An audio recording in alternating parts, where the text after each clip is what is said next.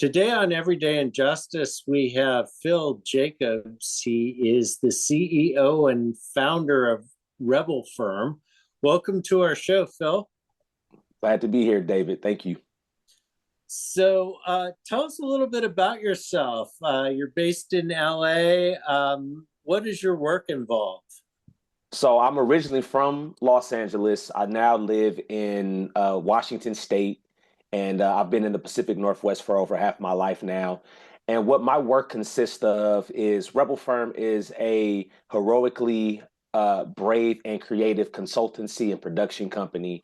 And what that really means, that's a fancy way of just saying that we create things that try to solve problems and create solutions in various ways. And so one of the main, I think, links that you and I have shared over the years has been my work around racial equity and how that's a direct tie-in to criminal justice. Yeah, and so that's always a big focus on our show. And so kind of walk us through like what it looks like for you. Absolutely. So I'll just give you some background. So growing up in LA, I was, exposed to, or you could even say curious about street life from an early age because in many, urban cities such as LA, Detroit, Memphis, there's typically there is this, there's just that element of life. And we can go down a rabbit hole in terms of why that is and how that's even systematic. But I got exposed to street life pretty early on when I was a kid, and I was fortunate that I was one of the ones who didn't get consumed by that lifestyle. I was blessed to have a mother and a stepfather who were ministers in the African Methodist Episcopal Church. And so we ended up leaving LA when I was in the ninth grade, which is usually like a prime time when kids usually get involved with gangs and different things of that nature. And so I also had exposure to other things outside of that. Like I didn't necessarily grow up like as a street kid or nothing like that, but I had exposure, to that lifestyle.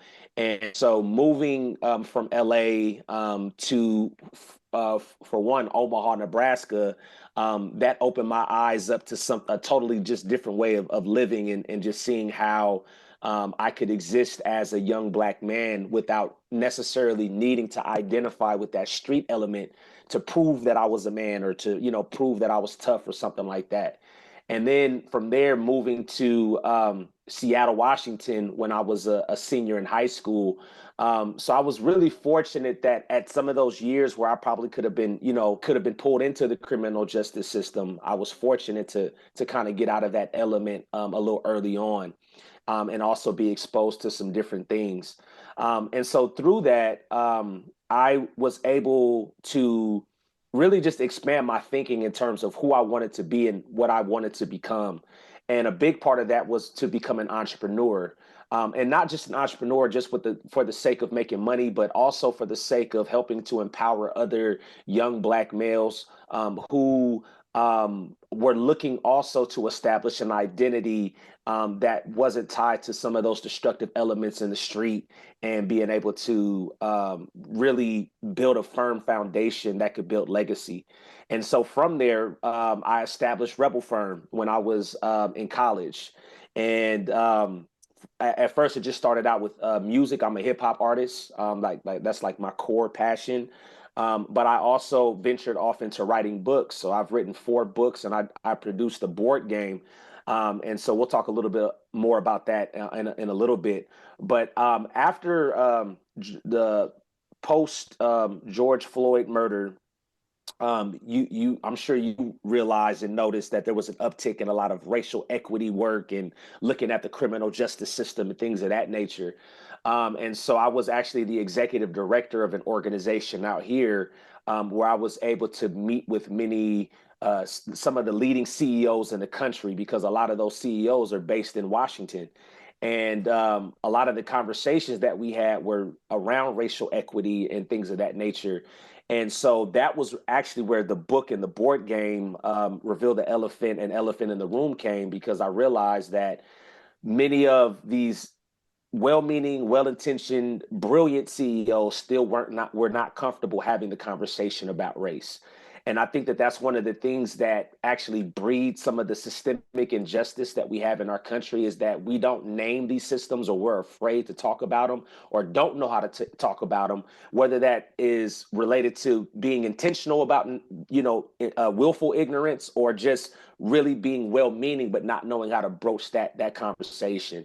And so my work on a day-to-day basis with Rebel Firm is helping to equip people to have these conversations, as well as just open up their mind to other possibilities in terms of what their potential is. So I want to get into the board game in a minute, but I want to explore this topic a little bit because I think it's so poignant. That is, this conversation that needs to happen around race. And, as you noted, the funny thing, I think, and I'm not sure funny is the right word, but the funny thing was that, for a brief instant in 2020 after George Floyd, it looked like everything was going to kind of come together. And I'm like, is this really happening? Because I've been fighting this fight for a long time. And I understand, I'm now an old white guy, and, but, also understand that I have a lot of friends and family that have been impacted by both the criminal justice system and also just the system in general. Driving down the street while being a person of color is a very different experience from the one that I have. Yeah. And so I realized that from a long time ago, and all of a sudden people are that I would never see at some of these rallies were showing up at Black Lives Matter rallies. And I'm like, okay, this is kind of cool. Let's see how long this lasts. And unfortunately, it didn't last very long. Mm-hmm. So from your perspective, what does this conversation need to look like? These conversations need to go from just being a conversation to actually looking at how do we begin to move the needle and really create change. And what I found with many of the organizations that I've worked with and the individuals that I've spoken to, there is a desire to move the needle and to create change, but there's not often a clear roadmap on how to do that. Or even sometimes I think that there's a lot of fear that can get in the way, or paralysis of getting it wrong. And I liken it to, it's like when you first learned how to walk, when you were a child, or when you learn how to speak another language, and you're just starting out, you're going to stumble, right? There's going to be difficulty in that. And you're going to come across obstacles and things along the way. But really, at the end of the day, it's your determination to stick with that is when you begin to see results. And I think conversations around racial equity are the same way. If people really have a legitimate desire in their heart to see, that things are not right and they haven't been right for a long time. And a lot of the stuff that we're dealing with, it wasn't of our own making, right? It was our ancestors. It was the generations that came before us that established a lot of what I like to call the matrix that we now live in. But it's still our responsibility to deal with it. Like if we're going to fight climate change and we're going to, fight against these other things that many of us had really nothing to do with in terms of initiating it, but we see that it's an important thing to address. I think racial equity is also part of that. And so the conversations, the way that I gear them up is, even when we're playing the game, usually I will have the participants have a notepad available so that they can jot down their ideas and the concepts and the epiphanies that come to mind for them while they're playing the game, because that is what's going to be the thing that they can actually start to take action on right away. And that's what I'm about. I'm like, I'm not saying those big organizational assessments aren't important, because they are. But what I've also seen is that when those big organizational assessments are done, they tend to sit on a shelf and there's no action that follows those assessments. So instead of that, or I think keeping that, I also think that a tool such as this board game, or having that conversation, if you can look at things that you can begin to implement right away, that can become cumulative, and over time, that's when you really begin to see the needle moving in an organization. And I feel like it's like, if you look at it from even like a saving and investing standpoint, when you start saving those little $5 here, those $10 here, it might not seem like much at first, but you give it about 6 months, you give it about a year, and you actually see a difference being made in your financial situation. So I think taking those small steps, such as looking at, okay, what are the small actions that I can do today? What are the, how can I seek to make an impact from my small corner or sphere of influence today? And then as you look up, you begin to see that you're really making an impact. How did you come up with the idea that the game was the way to start breaking down these barriers? So I remember as a kid, me and my family would gather around during the holidays, and we would play games like Scrabble and Life and Pictionary and things like that. I'm intentionally leaving Monopoly out because that would cause more harm than good in my home most times, especially with how we played it. But um, but playing these games, it brought us together, and it created that sense of love and family and of camaraderie. And when I begin to look at the conversations and how the conversations of race usually go, they're so divisive, right? They usually tend to polarize us or pull us apart, or we're speaking to an echo chamber, which is not helpful either. It might feel good in the moment, but it's not really doing anything to shift perspectives and hearts. And unrelated to racial equity, back when I used to be in energy management, which was my first gig out of college, I remember the concepts around understanding energy and the formulas were so difficult for me to understand, and also some of my colleagues. So I just had this crazy idea. I'm a wild creative. I have a very wild, vivid imagination. And so the concept of a board game to me is like, okay, maybe I can create a board game. And I created like a makeshift prototype of a board game to begin to teach my colleagues more about energy management to make it more interesting.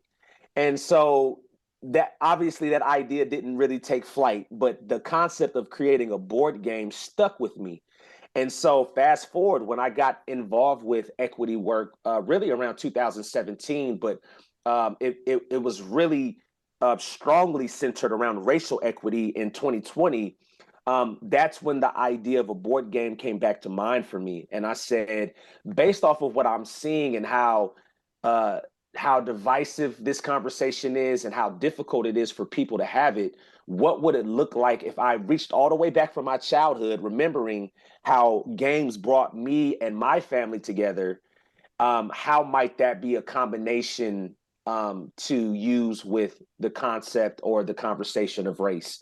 And so really that's how the idea germinated. And then I put out the book first, Elephant in the Room, which is a fictional book.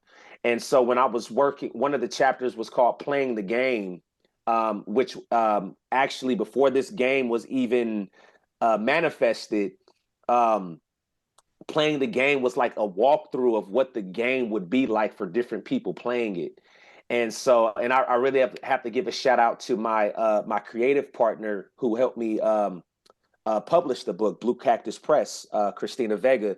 And they told me, they said, since you're writing this chapter on playing the game, what do you think about actually like doing the game, creating the game? And so that's when it really came back full force for me to put the game out there. So one of the interesting things that happens in this discussion on race is if you talk to, say a white guy that looks like me around my age in their 50s, what they're going to say is, well, I don't really see a problem with race. I don't see race. I just see people. People need to just forget about race and just Mm, treat each other as people. mhm. What's wrong with that approach? Yeah, so I understand that statement, and I know why a lot of people say that, because they are trying to get to a place where they're essentially saying that I view people for people, and I view you as a human, and I'm going to give you that same respect. And dignity that I would give to myself or other people who look like me. The issue with that comes into play is because as humans, we tend to be very forgetful of history, and history has a nasty way of repeating itself. Because human nature is human nature. No matter how long we've been on this planet, there always tends to be something that can cause division and cause us to hate each other just because we're different. And so while I feel like the intention behind that is not necessarily a negative one, it's harmful because we're not far removed from, Jim Crow. I mean, we're still living in a time where mass incarceration is prevalent, and we're not far from chattel slavery. Actually, if you think about it, I mean, the 1800s is really not that long ago. And so, and especially if we even look at the current administration and the rollback of many of the civil rights and just a lot of the things that we're seeing right now, we're not far removed from there being real extreme prejudice against people of color that is not only um, turning a blind eye to from the federal government, but maybe even sanctioned by the federal government. And so that's why we can't get away from our history the same way. If you were to tell a Holocaust survivor to forget about the Holocaust, how much of an issue would that be, right?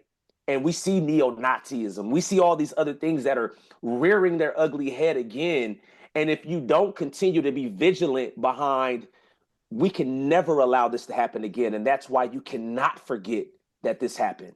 And the other part of that is when you walk outside as a white man and I walk outside as a black man, no matter how much we want to say we don't see race, this matrix that we live in doesn't give us the luxury of forgetting that we have a different skin color. I wish that was the case, but it's not. And so when I walk through a store, let's say a luxury department store, and maybe you walk through a luxury department store, you might get different treatment, even though you're well meaning and that wasn't your intention at all to get that treatment. And then I might get different treatment because of how I look and how I show up, right? And so that's why it's harmful to just leave the conversation there where I don't see race and I don't see color, because you might not, but society does. And many of these systems that are around us, I dare say all of these systems still see race.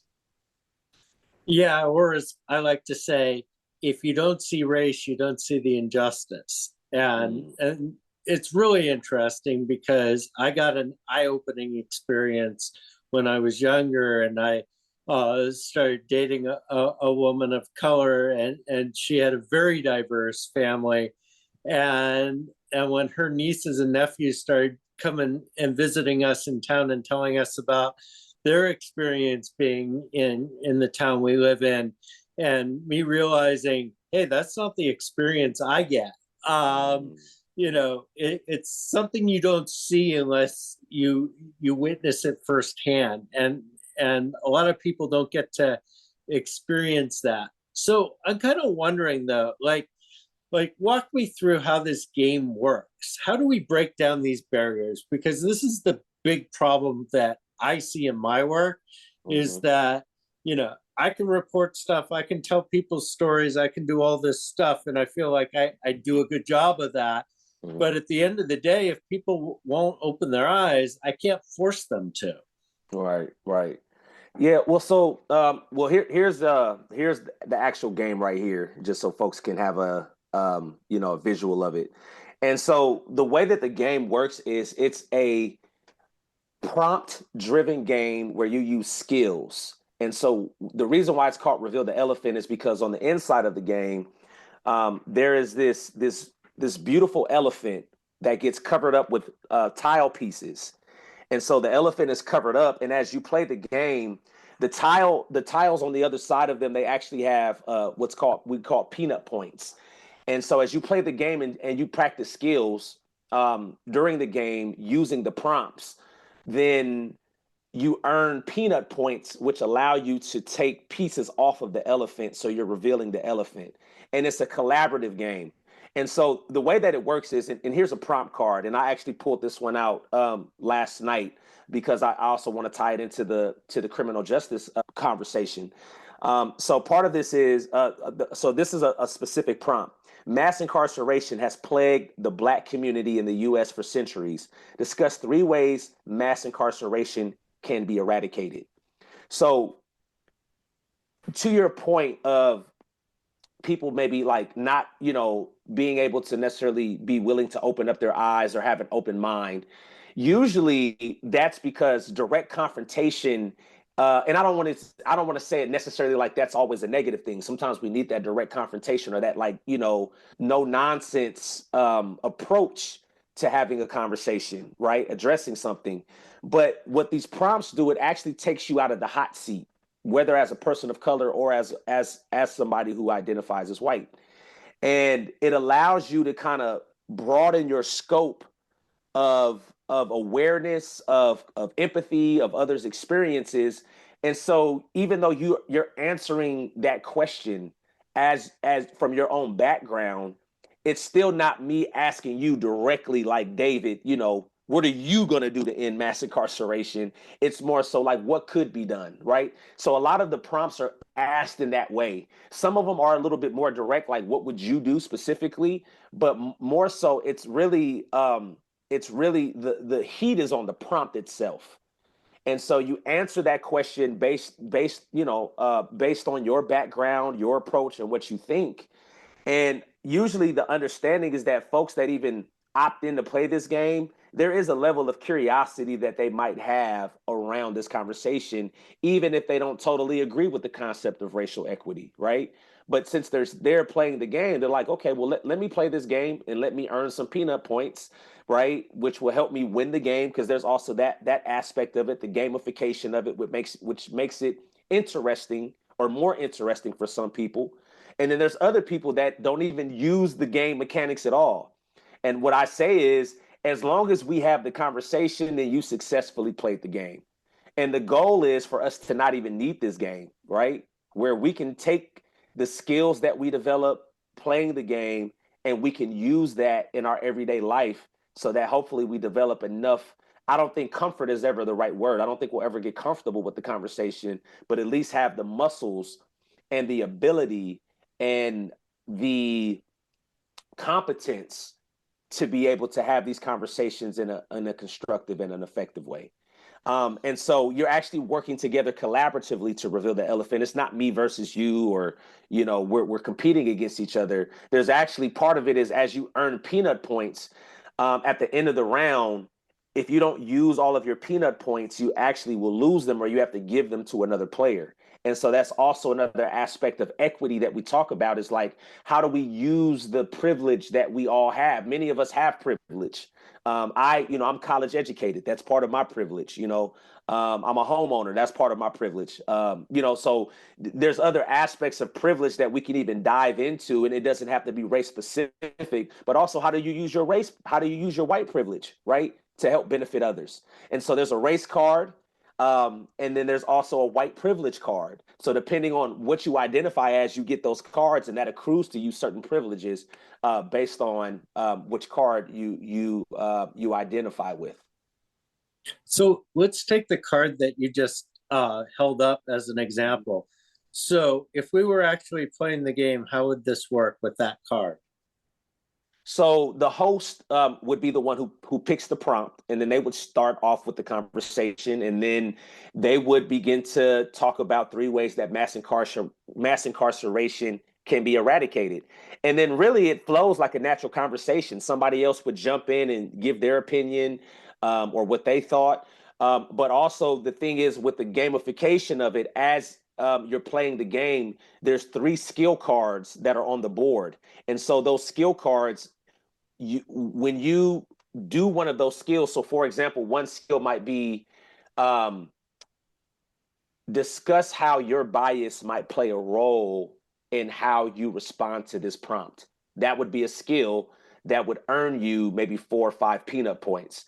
And so as you practice that skill, you would drop your peanut point on, or your peanut, there's little peanuts in there. You would drop your peanut on the card and earn those points.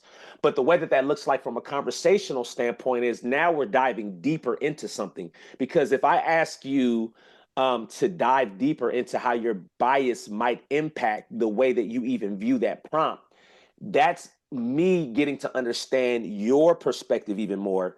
And that's also giving you the opportunity as the person that's practicing that skill to think maybe more deeply on something that you haven't before. Because we all have bias, we all have a background that informs how we see the world and how we approach things, especially race. And so as you double click on that, meaning that you're going deeper into your own psyche and your own background and understanding of how you view the world, you might begin to say, huh, maybe the way that I see that isn't as good as I thought it was, or as thorough as I thought it was, or as helpful as I thought it was. And the other cool aspect of that is, though we're talking about mass incarceration, this opens up the conversation to go even deeper into how were you raised? What was the first time that you learned about race? What were times when you, even as a white person, when you felt like you were being discriminated against? Because I've heard that conversation as well, where a white person was maybe the only white person in a certain room at a family reunion because they were married to a black woman or a person of color. And how did that feel? Because now the dynamic changes. Because then you begin to see, usually in the world, in general, or I should say in the United States, the reason why somebody can say, I don't see race is because you have the luxury of not seeing race. Because in most of these places that you go to, you're the majority, or you're the one who in that racial hierarchy actually has the most power, even if it's at a subconscious level. But when you come to a family reunion or a gathering, or you go to a certain city or a part of town where you are the only one, then you instantly see how a black person feels, or at least closely see how a black person might feel in their everyday life. And so that's when the dynamic and that's when the juices really get flowing and the conversation really gets good, because then it's contextualized to my own experience. It's contextualized to your own experience. And that's what really makes it real. And that's when we get to a really great conversation where people end up sometimes tearing up, crying. There's laughter, there's joy, but there's also a deeper understanding. There's moments of quiet as well. And as a facilitator, I'm watching all of this happen in real time where people are saying, I didn't even know that that was what was happening. I didn't even see that. And now I can recognize that and I can name it. I can give it language. Yeah, that was actually what I was going to ask you about, was how people react as you're watching them. And so your role is generally as a facilitator rather than a participant. Yeah, so it depends. So I've done gameplay sessions for groups up to about 150 people. And so for that, I'm absolutely a facilitator. But then I might be working with a client and they want to get a team together, and it might be the game actually hosts up to the minimum is 3 people, the max is 6 people per board game. So maybe if there's like 5 people, I'll jump in and I'll participate. But usually, yes, it's as a facilitator, because I'm curating an experience for the people that are playing the game. That is my main objective. But sometimes, yeah, I'll jump in. Are people getting mad? Are they sad? Are they quiet? Are they defensive? Or are they all the above? I'm just curious. It's all the above, but I've never actually seen somebody physically get angry, where they got up and stormed out of the room or anything like that. But what I have oftentimes, probably 9 times out of 10, there's going to be somebody who gets very emotional to the point of tears. And then also there's different forms of defensiveness that I've seen. For example, recently I had somebody just say this game is hard to understand, and I know that that's a form of defensiveness, because when you played Monopoly for the first time, you didn't know how to play that, or Scrabble or anything like that. You didn't necessarily know how to play it. So while it might not necessarily on the surface be like the most intuitive, it's not a difficult game to understand once you get a couple of rounds in. So I kind of see that as a little bit of defensiveness as well. But also, sometimes you'll just have people that kind of just lay back and they don't really say too much, you know? And so that's when you really, as a facilitator, I have to do my part and try to find a way to engage those people because I think it's also, especially if you're playing with a group of 6 people, you can kind of fall to the background a little bit. And it's like, nah, you got to participate too and give your viewpoint. But other than that, it's really been a positive, usually a positive experience where people are leaving out of there feeling like it was something that was impactful and meaningful and something that they might even want to do with their family or another group of colleagues at their job, so yeah, that's typically how it goes. Um, and there's a word that gets thrown around a lot, and I actually like it. It's called white fragility, Mm, because I'll tell you, like, it drives me nuts when a white person starts talking about how they've been discriminated against, because I'm like, mm, you don't have a perspective on things if you think you're being discriminated against. And look, I understand, like, there's some things that don't go right for people in their lives, and look, mhm. that's true across the board. But for the most part, white people have this kind of unseen privilege and they don't understand it. As somebody who's supposed to be facilitating and somebody who is, kind of an entrepreneur, how do you deal with the temptation to just go, man, you just jacked up there? 100%. I think that's a very interesting question because it's not anything that I try to do, but I think I naturally don't judge people where they're at, specifically related to this topic. Not to say that I don't judge people. I think we all have our judgments of how we see people, right? Or if somebody does something, you're like, man, that's screwed up. But I feel like when it comes to this, and I think because I've been doing this work for such a long time, I've almost heard every type of deflection that there is at this point. It doesn't really catch me off guard or surprise me. And I don't get mad at that person because I kind of know where they're at because I've seen it before. Maybe early on I would have been a little bit more emotional about it or, thin-skinned about it. But now there's not really much that I get outside of somebody being outright racist or just saying something crazy where I'm just like, whoa, okay. But other than that, I can usually just say, okay, this is where this person is at. And I can be mindful of how I construct, how I facilitate for that person so that they can also get something out of it so that doesn't become a mental block or barrier for them, because I think that usually there's probably going to be about 2 or 3 people out of each session that I do that hold that sentiment and feel that way. And again, I think it's just being graceful and understanding that um, a lot of people have not really been engaged with this conversation. They haven't had to be. And so when you come to, a session that I'm providing, it's right there in your face. So essentially you have to get oriented to that as an individual. And as a facilitator, I kind of I have to take myself out of it and be more focused on making sure that each person can follow along in the journey wherever they're at. And I think that that's how I approach it. You definitely have a better approach to that than I do. But you're trying to do something different too. Like, I really am trying to confront people with their own prejudices and Yeah, trying to make them see the world a little bit differently, and people yeah, get defensive.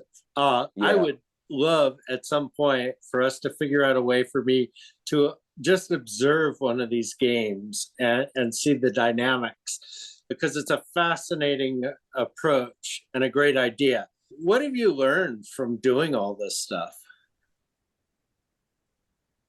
I've learned that even this game is still barely scratching the surface of dealing with this issue. I created it with the hopes of of it being a tool that people can use, especially those that are doing racial equity work or, you know, DEI work, whatever you want to call it, that it would be a tool, but it would really, hopefully it would take another excuse away from people who say, I don't understand that, or I don't get why we have to do this, or things of that nature, or kind of some of those deflections. Because I'm like, if you won't play a game, you really don't want to do it. So let's just call a spade, you know? And I also learned too, David, that you need both approaches. You need that direct confrontation. You need that straight up in your face. I'm not going nowhere. I'm gonna show you yourself. I'm gonna point you in a mirror. And I also think you need to, you know, maybe approach similar to mine, where it's I don't want to say a roundabout way, but it is more collaborative, and it is trying to get people to paddle along kind of in the same direction, which I think that's what you're doing as well. So I think it's a both and I just think we need all hands on deck with this because it's not going anywhere. And one thing I also, it was almost prophetic the way that it came to me, but when I first got into this, especially after George Floyd, and I took on the role that I did as an executive director of this organization, which I'm no longer with. But I remember part of what got me that job was I said that this time that we're living in right now, with the post George Floyd kind of era, if you will, it's a closing window, and we have to do everything that we can right now to try to prop it open because there's going to be backlash against this, and that's what we're seeing right now. And so I kind of knew that even before I knew it, if that makes sense. Like I was writing it out, but now it's like, oh, no, no, no. When you said that, like that's what that was. That's what this is. And so I feel like we just have to continue to double down on platforms such as yours, as mine, with like-minded people, and we need to stop focus, especially for those that are of like mind. We have to stop finding those places where we disagree and find the places of collaboration, because my approach is not going to be your approach and vice versa.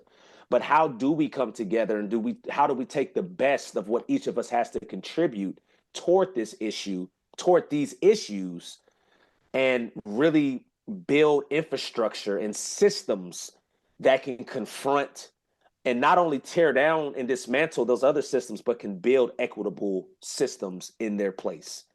And so those are the things that I'm learning, and that's a big ticket item, and that's something that I haven't even fully wrapped my mind around, but that's the direction that I see us going in, is us continuing to build institutions and systems and organizations, and continue to fund those organizations and develop those organizations and ideas and concepts that can be diametrically opposed to the ones that are trying to really continue perpetuating oppression.